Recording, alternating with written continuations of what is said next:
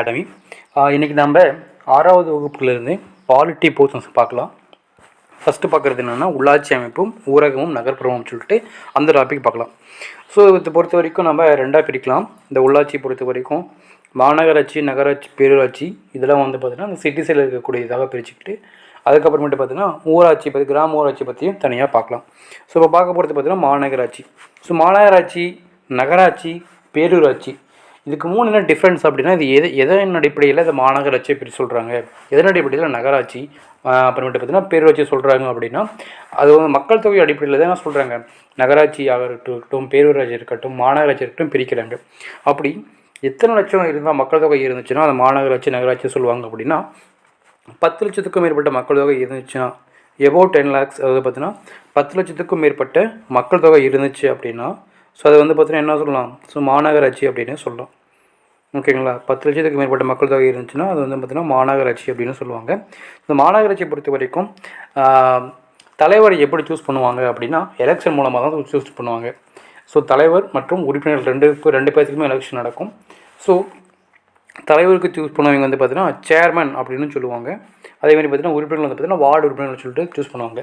அந்த வார்டு உறுப்பினர்லேருந்து ஒருத்தர் பற்றி அவங்க என்ன பண்ணுவாங்கன்னா துணைத் தலைவரை சூஸ் பண்ணுவாங்க. இதுதான் பார்த்திங்கன்னா அந்த எலெக்ஷன் க்ரைட்டீரியாஸ். அது மட்டும் இல்லாமல் கவர்மெண்ட்டு என்ன பண்ணுவாங்க அப்படின்னா ஒரு நிர்வாக ஆணையராக என்ன பண்ணுவாங்க, மாநகராட்சி ஆணையராக ஒருத்தர் அப்பாயின்மெண்ட் பண்ணுவாங்க. அவர் யாராக இருப்பாங்க அப்படின்னா ஒரு ஐஏஎஸ் அதிகாரியாக இருப்பார். அது மட்டும் இல்லாமல் நம்ம இந்தியாவிலேயே மிக பழமையான உள்ளாட்சி அமைப்புன்னு சொன்னோமா நம்மளுடைய சென்னை மாநகராட்சியை சொல்லலாம். ஏன்னா சென்னை மாநகராட்சியை பொறுத்த வரைக்கும் 1688 தான் என்ன பண்ணுவாங்க, உருவாக்குறாங்க. ஸோ அப்போ இந்தியாவில் இருக்கக்கூடிய மிக பழமையான உள்ளாட்சி அமைப்பு அப்படின்னு சொன்னால் நம்ம சேலம் மாநகராட்சி சொல்லலாம். அது மட்டும் இல்லை, இது ரொம்ப ரொம்ப இம்பார்ட்டண்டான கொஷின், ஒரு பாக்ஸ் கொஷின் வேறு கேட்க சான்சஸ் இருக்குது. இப்போ மாநகராட்சின்னு என்னென்ன பார்த்தோம், எவ்வளோ மக்கள் தொகை இருந்தால் அந்த மாநகராட்சின்னு சொல்லுவாங்க. அதுக்கு யார் பார்த்திங்கன்னா தலைவர், துணைத் தலைவர், அதுக்கப்புறமேட்டு பார்த்திங்கன்னா அதோடைய மாநகராட்சி ஆணையர் யார் அப்படின்னு பார்த்தோம். ஸோ தலைவர், துணைத் தலைவர் எப்படி சூஸ் பண்ணுவாங்கன்னா, தலைவர் பார்த்திங்கன்னா துணைத் தலைவர் ரெண்டு பேருமே என்ன பண்ணுவாங்க, எலெக்ஷன் மூலம் சூஸ் பண்ணுவாங்க. துணைத் தலைவர் எப்படி சூஸ் பண்ணுவாங்க அப்படின்னா வார்டு உறுப்பினர்கள் ஒன்று சேர்ந்து ஒரு துணைத் தலைவரை சூஸ் பண்ணுவாங்க. தலைவர் எப்போவுமே அது தனியாக எலெக்ஷன் நிற்பாங்க. இப்படி உறுப்பினர்களை எலெக்ஷன் நிற்கிறாங்களோ அது மாதிரி தலைவருக்குன்னு தனியாக ஒரு சீட் இருக்கும், உறுப்பினர்கள் தனியாக ஒரு பதவி கொடுத்துருப்பாங்க. ரெண்டு பேர்த்துக்கும் எலெக்ஷன் நிற்பாங்க. ஓகேங்களா? அடுத்து நம்ம மொத்த தமிழ்நாட்டில் இருக்கக்கூடிய மாநகராட்சிகள் எண்ணிக்கை எவ்வளோ அப்படின்னா புக்கில் 21 கொடுத்துருப்பாங்க. இது பார்த்திங்கன்னா புக் டேட்டா. பட் நம்ம கரண்ட் டேட்டா பார்க்கும்போது 25 மாநகராட்சிகள் அப்படிங்கிறது நம்ம தமிழ்நாட்டில் இருக்குது. மொத்த 25 மாநகராட்சி இருக்குது, 25 மாநகராட்சிகள் இருக்குது. அதில் பார்த்திங்கன்னா இந்த 25 மாநகராட்சியும் லாஸ்ட்டாக 4 மாநகராட்சிகள் ஆட் பண்ணியிருப்பாங்க. என்னென்ன அப்படின்னா திருவண்ணாமலை, நாமக்கல், புதுக்கோட்டை, காரைக்குடி. இது எப்படி நாம் வச்சுக்கலாம் அப்படின்னா, ஒருத்தன் பார்த்திங்கன்னா மலையில் கல்லை வச்சு கோட்டை கட்டினா, அப்புறமேட்டு லாஸ்ட்டாக குடிபெயர்ந்துட்டான். மலையில் கல்லை வச்சு கோட்டை கட்டினான், அப்புறம் குடிபெயர்ந்தான். ஸோ திருவண்ணாமலை கல்லை வச்சான், நாமக்கல் கோட்டை கட்டினா புதுக்கோட்டை, குடிபெயர்ந்தான் காரைக்குடி. இது ஞாபகம் வச்சுக்கோங்க. லாஸ்ட்டு 4 மாநகராட்சிகள் இதுதான். அப்புறமேட்டு பார்த்தீங்கன்னா மாநகராட்சி கூட என்னென்ன பார்த்தீங்கன்னா வருவாய் கிடைக்கும், அந்த வருவாயை வச்சு என்னென்ன பணிகள் செய்வாங்க அப்படின்னு பார்த்தா ஃபஸ்ட்டு எங்களுக்கு பார்த்தீங்கன்னா கிடைக்கக்கூடிய வருவாய் என்ன அப்படின்னா வீட்டு வரி தான். ஸோ வீட்டுக்கு பார்த்திங்கன்னா வரி கலெக்ட் பண்ணுவாங்க. அப்புறம் குடிநீருக்கும் வரி கலெக்ட் பண்ணுவாங்க. வீட்டு வரி, அப்புறம் குடிநீருக்கான வரி, அப்புறம் பார்த்திங்கன்னா கடைகள் மீதான வரி. மாநகராட்சி கட்டுப்பாட்டில் எங்கெங்கே லேண்ட் இருக்கோ அங்கெல்லாம் பார்த்திங்கன்னா ஷாப்பிங் மாலோ வணிக வளாகமும் கட்டி விடுவாங்க. அப்புறமேட்டு அந்த கடைகளிலிருந்து என்ன பண்ணுவாங்க, வரியும் கலெக்ட் பண்ணுவாங்க. ஸோ இதெல்லாம் பார்த்திங்கன்னா மாநகராட்சியோடைய இன்றியமையாத வருவாய் மூலங்கள். அப்புறமேட்டு பார்த்திங்கன்னா தொழில் வரியாக இருக்கட்டும், பொழுதுபோக்கு வரிகள், அப்புறமேட்டு வாகன கட்டணங்கள், அப்புறமேட்டு மத்திய மாநில அரசுகளுடைய நிதி ஒதுக்கீடு எல்லா வருஷமும் என்ன பண்ணுவாங்க. ஸோ மத்திய அரசாங்கமாக இருக்கட்டும், மாநில அரசாங்கமாக இருக்கட்டும், பட்ஜெட் அப்படிங்கிறது வெளியிடுவாங்க. அந்த பட்ஜெட்டில் உள்ளாட்சி அமைப்புக்கு தனியாக இவ்வளோ அமௌண்ட் ஒதுக்கீடு செய்கிறோம் அப்படின்னு சொல்லுவாங்க. அந்த உள்ளாட்சி அமைப்புக்கு ஒதுக்கீடு செய்யப்பட்ட அமௌண்ட்டை வச்சு என்ன பண்ணுவாங்க, மாநகராட்சி, நகராட்சி, அப்புறமேட்டு பார்த்திங்கன்னா பேரூராட்சி, கிராம ஊராட்சின்னு சொல்லிட்டு எல்லாத்துக்கும் பார்த்திங்கன்னா பகிர்ந்தளிக்கப்படும். அந்த வருவாய் மூலம் வச்சுக்கிட்டையும் எங்களுக்கு பார்த்திங்கன்னா பப்ளிக்கு ஒர்க் செய்வாங்க. சரி, இதெல்லாம் வருவாய் மூலங்கள் கிடைக்கிது. அந்த வருவாய் மூலங்களை வச்சு இங்கே என்னென்ன பணிகள் செய்கிறாங்கன்னு பார்த்தோமா, குடிநீருக்குன்னு வரி வசூலிச்சாங்கல்ல, அப்போ குடிநீர் கண்டிப்பாக கொடுக்கணும். அப்புறமேட்டு பார்த்திங்கன்னா தெருவிளக்கு அமைச்சு கொடுக்குறதா இருக்கட்டும், துப்புரவு பணி, அதாவது தூய்மை பணி, அதுக்கு தூய்மை பணி பொறுத்த வரைக்கும் மழைக்காலங்களாக இருக்கட்டும் அல்லது தொற்று காலங்களாக இருக்கட்டும் ரொம்ப வந்து பார்த்திங்கன்னா ஹெல்ப்ஃபுல்லாக இருக்கிறது தூய்மை பணி தான். ஓகேங்களா. அதுக்கடுத்து மருத்துவ சேவை, தொற்று காலங்களில் மருத்துவ சேவை இருக்கட்டும், மழைக்காலங்களாக இருக்கட்டும், இந்த காலரா இது மாதிரி பரவக்கூடியது முக்கியமான டிசீஸ் வந்து பரவக்கூடிய காலங்கள் இருக்கனால எங்களோட மருத்துவ சேவை அப்படிங்கிறது ரொம்ப இன்றியமையாக இருக்கும். நார்மலாக இருக்கிற மருத்துவ சேவையும் அளிச்சிட்ருக்காங்க. அதுக்கடுத்து பார்த்திங்கன்னா சாலைகள் அமைச்சு கொடுக்குறது, மேம்பாலங்கள் அமைச்சு கொடுக்குறது, சந்தைகளுக்கு இடவசதி ஏற்படுத்தி கொடுக்குறது, அது மட்டும் பார்த்திங்கன்னா அந்த கழிவுநீர் கால்வாய் அந்த ப்ராஜெக்ட் செய்கிறது இருக்கட்டும், திடக்கழிவு மேலாண்மை, மக்கும் குப்பை மக்காத குப்பை இதெல்லாம் வந்து பார்த்திங்கன்னா ரீசைக்கிள் பண்ணி மறுபடியும் யூஸ் பண்ணுறது எல்லாமே வந்து பார்த்திங்கன்னா மாநகராட்சியோடைய இன்றியமையான பொறுப்பு தான். அவர் மட்டும் நிறையா பார்க்ஸ் கட்டி கொடுக்குறது, அப்புறமேட்டு ஸ்போர்ட்ஸ் மைதானங்களுக்கு ஒன்று ஏற்படுத்தி கொடுக்குறது, டெத்து சர்டிஃபிகேட் வந்து பார்த்திங்கன்னா கொடுக்குறது எல்லாமே மாநகராட்சியோடைய முக்கியமான பணிகள் தான். அது மட்டும் மாநகராட்சியில் உள்ள பணிகளை சீரமைக்கிறது, அப்புறம் பள்ளிகளுக்கு நிறையா வந்து பார்த்திங்கன்னா ஃபண்ட் கொடுத்து அதை டெவலப் பண்ணுறதா இருக்கட்டும். ஸோ எல்லாமே மாநகராட்சியோட முக்கியமான இன்றியமையாத பணிகள். ஓகேங்களா. இதெல்லாம் படித்து பாருங்கள், சும்மா தான் இருக்கும், லைட்டாக நம்மளுக்கு ஈஸியாக அண்டர்ஸ்டாண்ட் பண்ணுற மாதிரி தான் இருக்கும். அடுத்து நகராட்சி. ஸோ நகராட்சி பொறுத்த வரைக்கும் அங்கே எப்படி மாநகராட்சின்னு 10 லட்சம் சொன்னமோ இங்கே வந்து பார்த்திங்கன்னா 1 லட்சம். ஸோ 1 லட்சத்துக்கு அதிகமான இருக்கிற மக்கள் தொகையை என்ன பண்ணுவாங்க, அந்த பகுதியை நகராட்சி அப்படின்ட்டு தர முயற்சிவாங்க. இதுவுமே அதேமாரி தான். கவர்மெண்ட் சைட்லேருந்து ஒரு கவர்மெண்ட் எம்ப்ளாயி அப்பாயின்மெண்ட் பண்ணுவாங்க. அதேமாரி மக்களால் தேர்வு செய்யப்பட்ட உறுப்பினர்கள் தலைவர்கள் அவங்களும் இருப்பாங்க. ஸோ நகராட்சி தலைவர் பொறுத்த வரைக்கும் டேரெக்டாக எலெக்ஷன் மூலமாக தேர்ந்தெடுக்கப்படுறாங்க. அதேமாதிரி பார்த்திங்கன்னா துணைத் தலைவர் எப்படி அந்த உறுப்பினர்கள் மூலமாக என்ன பண்ணுவாங்க, தேர்வு செய்யப்படுவாங்க. அதேமாதிரி பார்த்திங்கன்னா இந்த தமிழ்நாட்டில் முதல்ல உருவாக்கப்பட்ட நகராட்சி என்ன அப்படின்னா வாலாஜாப்பேட்டை. ஸோ இது ரொம்ப ரொம்ப இம்பார்ட்டன்ட். ஸோ பாக்ஸ் கொஸ்டின் வேறு கண்டிப்பாக கேட்பாங்க. ஸோ தமிழ்நாட்டில் முதல்ல உருவாக்கப்பட்ட நகராட்சி என்னென்னா வாலாஜாப்பேட்டை. ஓகேங்களா. அதுக்கடுத்து நகராட்சிகளுக்கு அரசு அதிகாரிகள் வந்து யார் அப்பாயின்ட் பண்ணுவாங்க, நகராட்சி ஆணையராக இருப்பாங்க. இந்த கவர்மெண்ட்ஸ் அப்பாயின்ட் பண்ணக்கூடிய பர்சன் வந்து நகராட்சி ஆணையர், அதாவது முனிசிபல் கமிஷனர்னு சொல்லுவாங்க. குரூப் 2 அந்த போஸ்ட் வரக்கூடிய அந்த ஆஃபீஸர் யார், ஸோ நகராட்சி ஆணையர் முனிசிபல் கமிஷனர் சொல்லக்கூடிய அவர் வருவாங்க. ஓகேங்களா. ஸோ அடுத்து பேரூராட்சி. ஸோ பேரூராட்சி பொறுத்த வரைக்கும் அந்த பேரூராட்சி அப்படிங்கின்ற அந்த வேலையை முதல்ல உருவாக்கினதே யார் அப்படின்னா தமிழ்நாடு கவர்மெண்ட் தான். ஸோ பேரூராட்சி அப்படிங்கிற ஒரு சிஸ்டத்தை உருவாக்குறது யார், தமிழ்நாடு கவர்மெண்ட் தான். இது வந்து பார்த்திங்கன்னா 10,000 பேர் வாழக்கூடிய ஒரு ஊர் தான். அது எப்படி நகராட்சி 1 லட்சம் சொன்னமோ அதே மாதிரி இது வந்து பார்த்திங்கன்னா 10,000 பேர் இருந்தாங்க. ஸோ 10,000 பேர் இருந்தாங்க அப்படின்னா அது வந்து பேரூராட்சி அப்படின்னு தரம் உயர்த்தணும் அப்படின்னு சொல்லியிருப்பாங்க. அதேமாதிரி பார்த்தீங்கன்னா இந்த பேரூராட்சி பொறுத்த வரைக்கும் நகரத்திற்கும் கிராமத்திற்கும் இடைப்பட்ட ஒரு ஊர் அப்படின்னு சொல்லியிருப்பாங்க. நகரத்திற்கும் கிராமத்திற்கும் இடைப்பட்ட ஒரு ஊர் அப்படின்னு சொல்லியிருப்பாங்க. நகரத்திற்கும் கிராமத்திற்கும் இடைப்பட்ட ஊர் தானே சொல்லுவாங்க பேரூராட்சி அப்படின்னு சொல்லுவாங்க. ஸோ பொதுவாக அங்கே எப்படி மாநகராட்சி ஆணையர் இருந்தாங்க, நகராட்சி ஆணையர் இருந்தாங்க. அதே மாரி இந்த பேரூராட்சிக்கு யார் நிர்வாக அலுவலர் இருப்பார் அப்படின்னா செயல் அலுவலர்னு சொல்லுவாங்க, எக்ஸிக்யூட்டிவ் ஆஃபீஸர் இருப்பார். ஸோ அவர் தான் என்ன பண்ணுவார், பேரூராட்சிக்கு நிர்வாக அலுவலராகவும் ஒர்க் பண்ணிகிட்ருப்பார். ஸோ அதுக்கடுத்து நம்ம பேரூராட்சி பார்த்தோம், அடுத்து நகராட்சி பார்த்தோம், மாநகராட்சி பார்த்தோம். ஸோ அதுக்கடுத்து இது வந்து 9th 11th ஸ்டாண்டர்ட் படிக்கும்போது இன்னும் கொஞ்சம் டீப்பாக பார்க்கலாம். இது 6th ஸ்டாண்டர்ட் அப்படிங்கிறது போது ஸோ மேலிடமாக சொல்லியிருக்காங்க. ஓகேங்களா. நம்ம 9th 11th படிக்கும்போது உள்ளாட்சி அமைப்புன்னு ஒரு பாடமே கொடுத்துருப்பாங்க 9th 11th. அதில் கொஞ்சம் டீப்பாக இன்னும் நிறையா பார்க்கலாம். அதுக்கடுத்து கிராம ஊராட்சி. ஊராட்சின்னா சொல்லும்போது தெரிஞ்சிச்சு, கிராமத்தில் இருக்கிற ஊராட்சி தான் கிராம ஊராட்சி. அதாவது கிராமங்களில் செயல்படக்கூடிய உள்ளாட்சி அமைப்பு என்ன சொல்லுவாங்கன்னா கிராம ஊராட்சி அப்படின்னு சொல்லுவாங்க. இந்த கிராம ஊராட்சி வந்து பார்த்திங்கன்னா கவர்மெண்ட்டுக்கும் பீப்புளுக்கும் இருக்கக்கூடிய ஒரு இணைப்பு பாலம் அப்படின்னு சொல்லுவாங்க. கிராம ஊராட்சி அப்படிங்கிறதுனா அது மக்களுக்கும் அரசுக்கும் இடைப்பட்டு இருக்கக்கூடிய ஒரு இணைப்பு பாலம் அப்படின்னு சொல்லுவாங்க இந்த கிராம ஊராட்சியை. ஸோ அதேமாதிரி பார்த்தீங்கன்னா கிராமங்கள் வந்து பார்த்திங்கன்னா ஒவ்வொரு வார்டாக அந்த மக்கள் தொகைக்கு ஏற்ப பிரிப்பாங்க. அந்த ஒவ்வொரு வார்டுக்கும் ஒரு உறுப்பினர்கள் வந்து பார்த்திங்கன்னா எலெக்ஷன் நிற்பாங்க. அதேமாரி பார்த்திங்கன்னா அந்த கிராம ஊராட்சி தலைவர் அப்படின்னு சொல்லிட்டு ஒரு போஸ்ட்டுக்கும் எலெக்ஷன் நிற்பாங்க. அந்த ஒவ்வொரு வார்டுக்கும் உறுப்பினர்கள் வந்து எலெக்ஷன் நிற்பாங்க. இப்படி 2 பேர் எலெக்ஷன் நிற்பாங்க. அதில் வின் பண்ணுற தலைவர் வந்து பார்த்திங்கன்னா டேரக்ட் தலைவர் பதவிக்கு போயிடுவார்.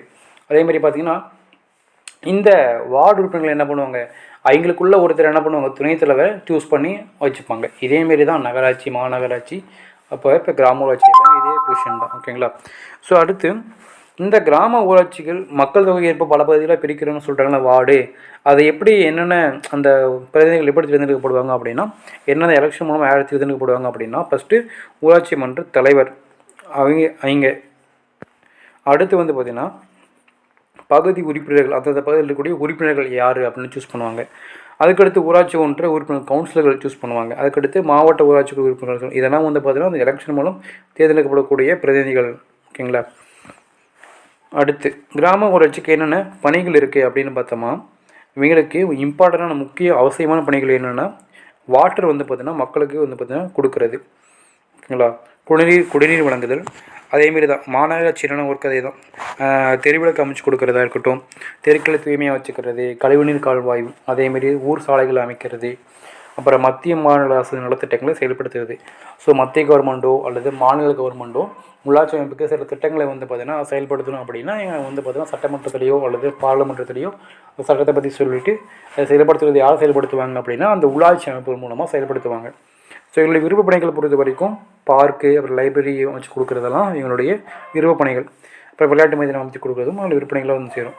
அதுக்கடுத்து கிராமத்துக்கு எதன் மூலமாக வருவாய்கள் கிடைக்கும் அப்படின்னு பார்த்தீங்கன்னா, வீட்டு வரி, அப்புறமேட்டு பார்த்தீங்கன்னா தண்ணீர் வரி, அப்புறமேட்டு தொழில் வரி, அப்புறமேட்டு கடைகள் மீதான வரி, அந்த ஷாப்பிங் காம்ப்ளெக்ஸு, அரசுக்கு சொந்தமான உள்ளாட்சி அமைப்பு சொந்தமான அந்த லேண்டில் என்ன பண்ணுவாங்க, கடைகள் விட்டு கட்டி கொடுப்பாங்க. அந்த கட்டி கொடுத்துட்டு அது மூலமாக கிடைக்கக்கூடிய வரிகள் வச்சு என்ன பண்ணுவாங்க, இவங்களுக்கு கிடைக்கக்கூடிய ரெவென்யூ தான். அதை வச்சு என்ன பண்ண மக்களுக்கு பணிகள் செய்கிறது.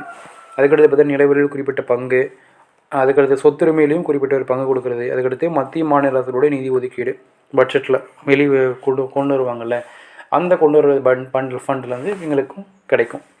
அதுக்கடுத்து கிராம சபை கூட்டம்.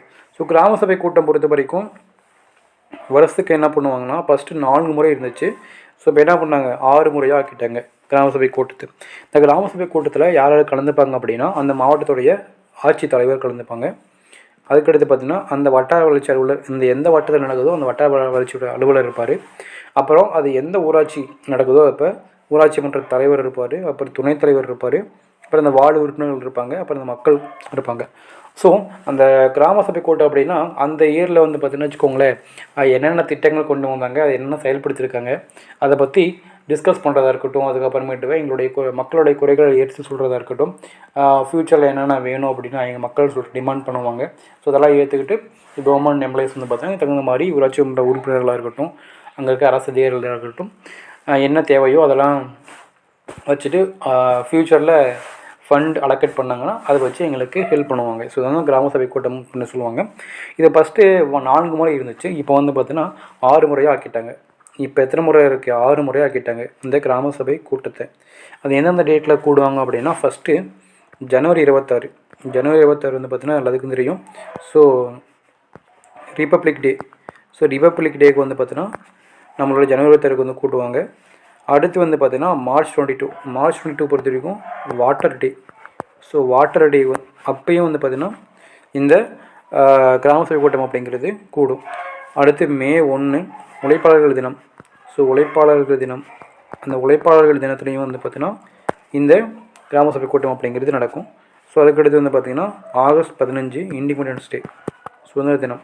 இண்டிபெண்டன்ஸ் டே அப்பையும் ஸோ இந்த கிராம சபை கூட்டம் அப்படிங்கிறது நடக்கும். அதுக்கடுத்து அக்டோபர் 2 வந்து பார்த்திங்கன்னா காந்தி ஜெயந்தி. ஸோ அப்பயும் நடக்கும். அதுக்கடுத்து நவம்பர் 1 வந்து பார்த்திங்கன்னா உள்ளாட்சி நாள். ஸோ உள்ளாட்சி நாள் அப்பையும் இந்த கிராம சபை கூட்டம் அப்படிங்கிறது நடக்கும். ஸோ இப்படி வருஷத்துக்கு 6 முறை அப்படிங்கிறது இந்த கிராம சபை கூட்டம்ங்கிறது நடந்துகிட்டே இருக்கும். ஓகேங்களா, இதை ஞாபகம் வச்சுக்கோங்க. இதையுமே கேட்க சான்சஸ் அதிகமாக இருக்குது. மேத்த ஃபைனலோட கேட்கலாம். அதுக்கடுத்து ஊராட்சி ஒன்றியம். ஊராட்சி ஒன்றியம் பொறுத்த வரைக்கும் பல கிராம ஊராட்சிகளெல்லாம் ஒன்றிணைந்து ஒரு ஊராட்சி ஒன்றியமாக அமைப்பாங்க. இப்போ வந்து பார்த்திங்கன்னா ஒரு ஒரு 5-6 ஊராட்சிகள் இருக்குது அப்படின்னா ஒவ்வொரு ஊராக இருக்குதுன்னா அந்த 5 ஊராட்சி சேர்த்து என்ன பண்ணுவாங்க, ஒரு ஊராட்சி ஒன்றியமாக ஃபார்ம் பண்ணுவாங்க. இதுதான் வந்து பார்த்திங்கன்னா ஊராட்சி ஒன்றியம் அப்படின்னு சொல்லுவாங்க. தேசிய ஊராட்சி தினம் பொறுத்த வரைக்கும் ஏப்ரல் 24. இது வந்து ஒரு ப்ரீவியஸ் இயர் கொஸ்டினில் கேட்டாங்க. இது புக்லையும் இருக்குது இந்த டேட்டாஸ்லாம். இதெல்லாம் புக் டேட்டாஸ் தான் நான் உங்களுக்கு ஷார்ட்டாக சுருக்கி உங்களுக்கு இம்பார்ட்டன்ட் பாயிண்ட்ஸும் கொடுத்துருக்கோம். ஸோ தேசிய ஊராட்சி தினம் பொறுத்த வரைக்கும் ஏப்ரல் 24. இது வந்து பார்த்திங்கன்னா 2022 குரூப் 4 கேட்ட ஒரு கொஸ்டின். ஓகேங்களா. அதுக்கடுத்து ஒவ்வொரு ஊராட்சியிலையும் என்ன பண்ணுவாங்க, ஊராட்சி ஒன்று உறுப்பினர்கள் அப்படி கவுன்சிலர் அப்படிங்கிறது இருப்பாங்க, அது தேர்ந்தெடுக்கப்படுவாங்க. இந்த கவுன்சிலர் வந்து பார்த்தீங்கன்னா தங்களை ஒருவர் என்ன பண்ணுவாங்க, ஊராட்சி ஒன்றிய தலைவராகவும் துணைத் தலைவராகவும் சூஸ் பண்ணுவாங்க எங்கள் ஊராட்சி ஒன்றியத்தில். ஓகேங்களா. அதேமாதிரி பார்த்தீங்கன்னா இங்கே கவர்மெண்ட் சைடில் இருக்கக்கூடிய நிர்வாக அலுவலர் யார் அப்படின்னா வட்டார வளர்ச்சி அலுவலர் சொல்லக்கூடிய பிடிஓ. ஓகேவா, பிடிஓ. இப்போ புரியுதுங்களா. அதே கான்செப்ட் தான். எலெக்ட் பண்ணுறவங்க ஒரு பக்கம் வருவாங்க, கவர்மெண்ட் அப்பாயின் பண்ணக்கூடிய பர்சன் ஒருத்தர் வருவாங்க. ஊராட்சி ஒன்றியம் அப்படிங்கும்பொழுது அங்கே யார் இருப்பாங்க அப்படின்னா பிடிஓ இருப்பார். ஓகேங்களா. நகராட்சி அப்படின்னா நகராட்சி ஆணையர், மாநகராட்சினா மாநகராட்சி ஆணையர், அதே பேரூராட்சினா செயல் அலுவலர். இதை கூட கேட்கலாம். மாநகராட்சினா அதுக்கு யார்? மாநகராட்சி ஆணையர். நகராட்சி நகராட்சி ஆணையர். செயல் அலுவலர் யார்? பேரூராட்சி. அப்போ ஊராட்சி ஒன்றியத்துக்கு யார் வருவாங்க? வட்டார வளர்ச்சி அலுவலர். இதெல்லாம் கொஞ்சம் ஞாபகம் வச்சுக்கோங்க.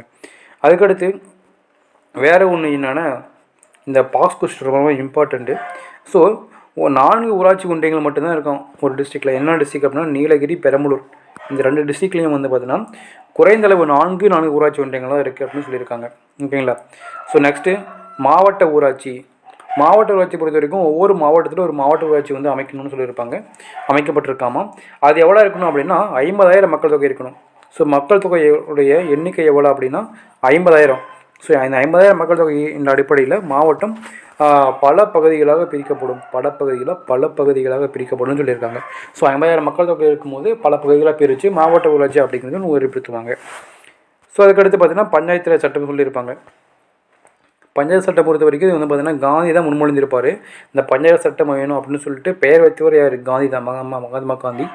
ஸோ இது கொண்டு வந்த ஆண்டு எப்போனா 1992 ஏப்ரல் 24. 1992 ஏப்ரல் 24. இந்த ஏப்ரல் 24 தான் தேசிய ஊராட்சி தினமாகவும் செலிப்ரேட் பண்ணிகிட்டு இருப்பாங்க. ஓகேங்களா? அதுக்கடுத்து இந்த பஞ்சாயத்து ராஜ் சட்டத்துடைய சிறப்பம்சங்கள் என்ன அப்படின்னா கிராம சபையை அமைக்கணும். ஃபஸ்ட்டு 4 இருந்துச்சு, இப்போ வந்து 6 இருக்குது. அதுக்கடுத்து 3 அடுக்கு ஊராட்சி அமைப்பு இருக்கணும். 3 அடுக்கு ஊராட்சி அமைப்பு இருக்குன்னு சொல்லியிருப்பாங்க. அதுக்கடுத்து பார்த்தீங்கன்னா இடஒதுக்கீடு. இதெல்லாம் கொஞ்சம் 9th ஸ்டாண்டர்டில் வந்து பார்த்திங்கன்னா கொஞ்சம் ப்ரீஃபாக பார்க்கலாம். இதில் வந்து என்னென்ன வாட்னு சொல்லிட்டு போயிடலாம். 9th 11th பார்க்கும்போது இது டீப்பாக கொடுத்துருப்பாங்க, நம்ம டீப்பாக பார்க்கலாம். இடஒதுக்கீடு அப்படின்னா பெண்களுக்கு எவ்வளோ இடஒதுக்கீடு 30% கொடுத்துருப்பாங்க. அதுக்கப்புறமேட்டு வந்து நம்ம தமிழ்நாடு கவர்மெண்ட் வந்து பார்த்திங்கன்னா 50% கொடுத்துருப்பாங்க. ஓகேங்களா? அதுக்கடுத்து வந்து பார்த்திங்கன்னா அந்த பட்டியலின மக்கள் இருக்காங்க, அவங்களுக்கு வந்து பார்த்திங்கன்னா இடஒதுக்கீடு இருக்குது.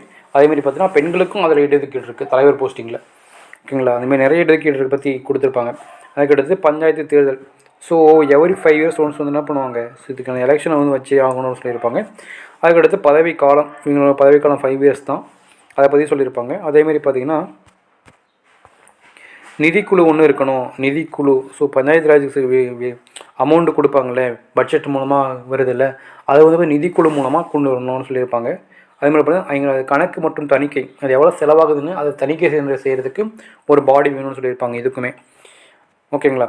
அதுக்கடுத்து பார்த்தீங்கன்னா உள்ளாட்சியில் பெண்களின் பங்கு கான்ட்ரிபியூஷன் என்ன, உள்ளாட்சி அமைப்பில் பெண்களுடைய கான்ட்ரிபியூஷன் என்ன அப்படின்னு பார்க்கும்போது அவங்களுக்கு இடஒதுக்கீடு வந்து பார்த்திங்கன்னா 33% கொடுத்துருப்பாங்க. ஸோ பெண்களுக்கு இடஒதுக்கீடு எத்தனை சதவீதம்? உள்ளாட்சி அமைப்பில் 33% கொடுத்துருப்பாங்க.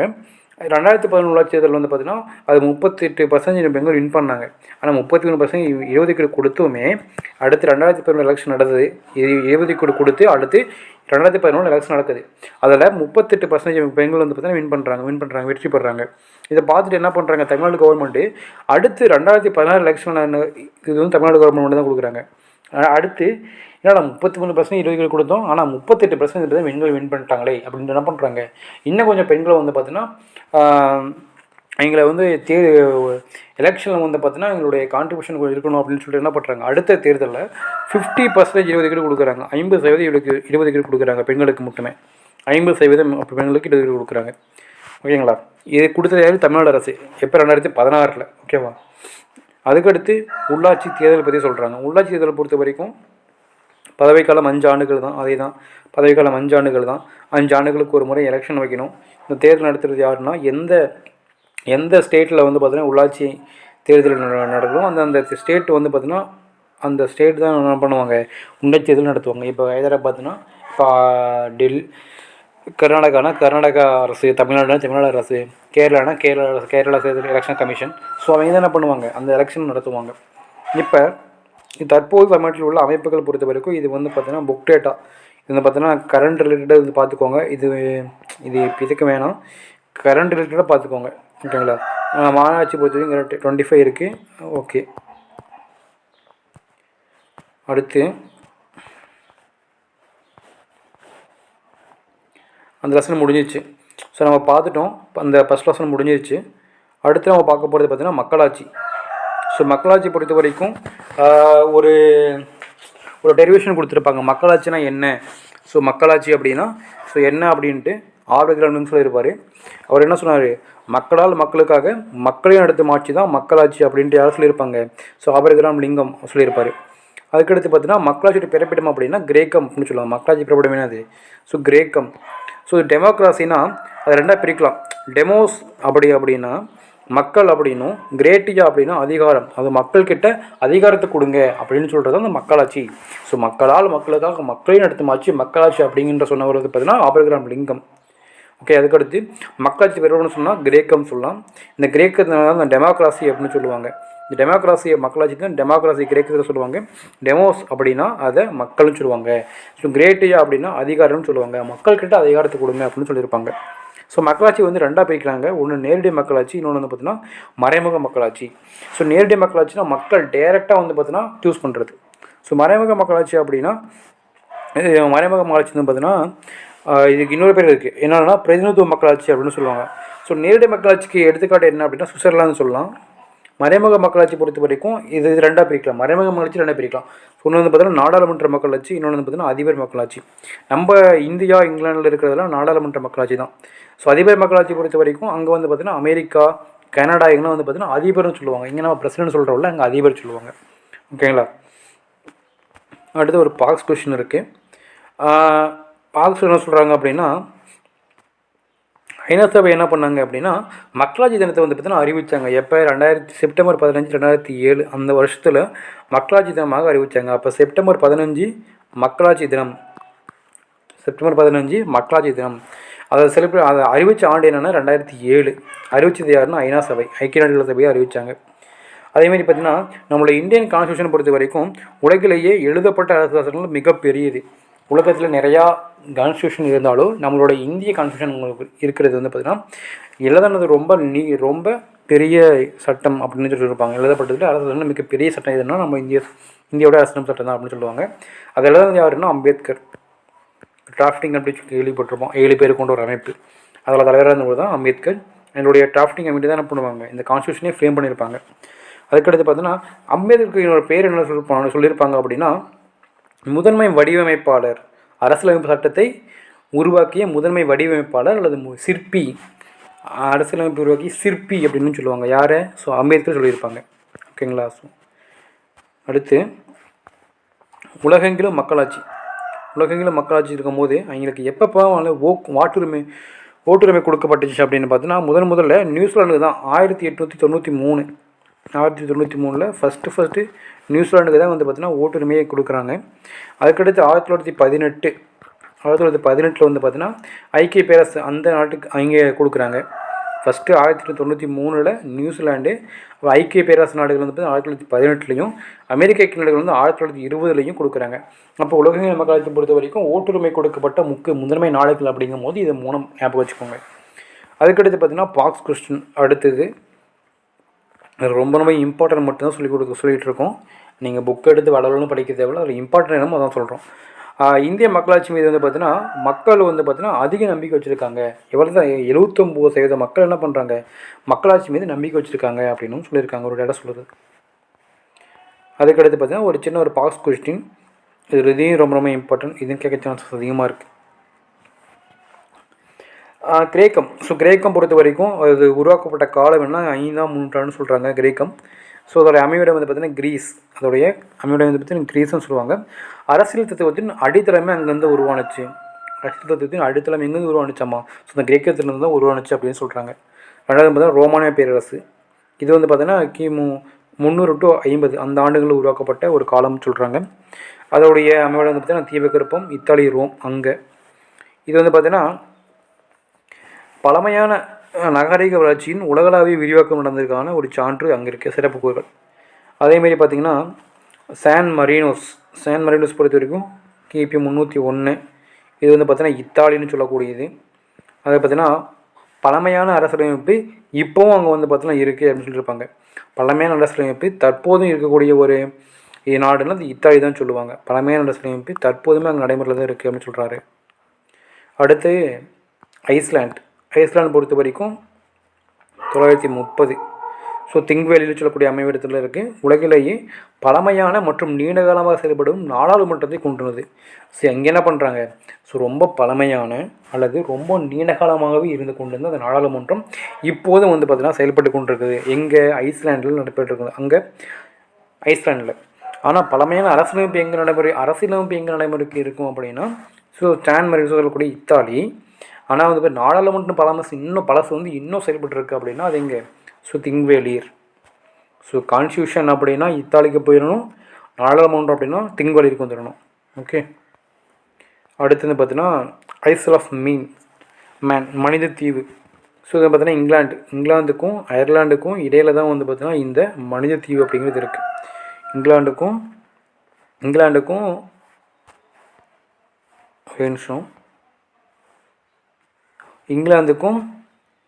அயர்லாந்துக்கும் இதை பார்த்தா மன்னராட்சியின் கீழ் சுயாட்சி அப்படின்னு சொல்லியிருப்பாங்க. ஓகே.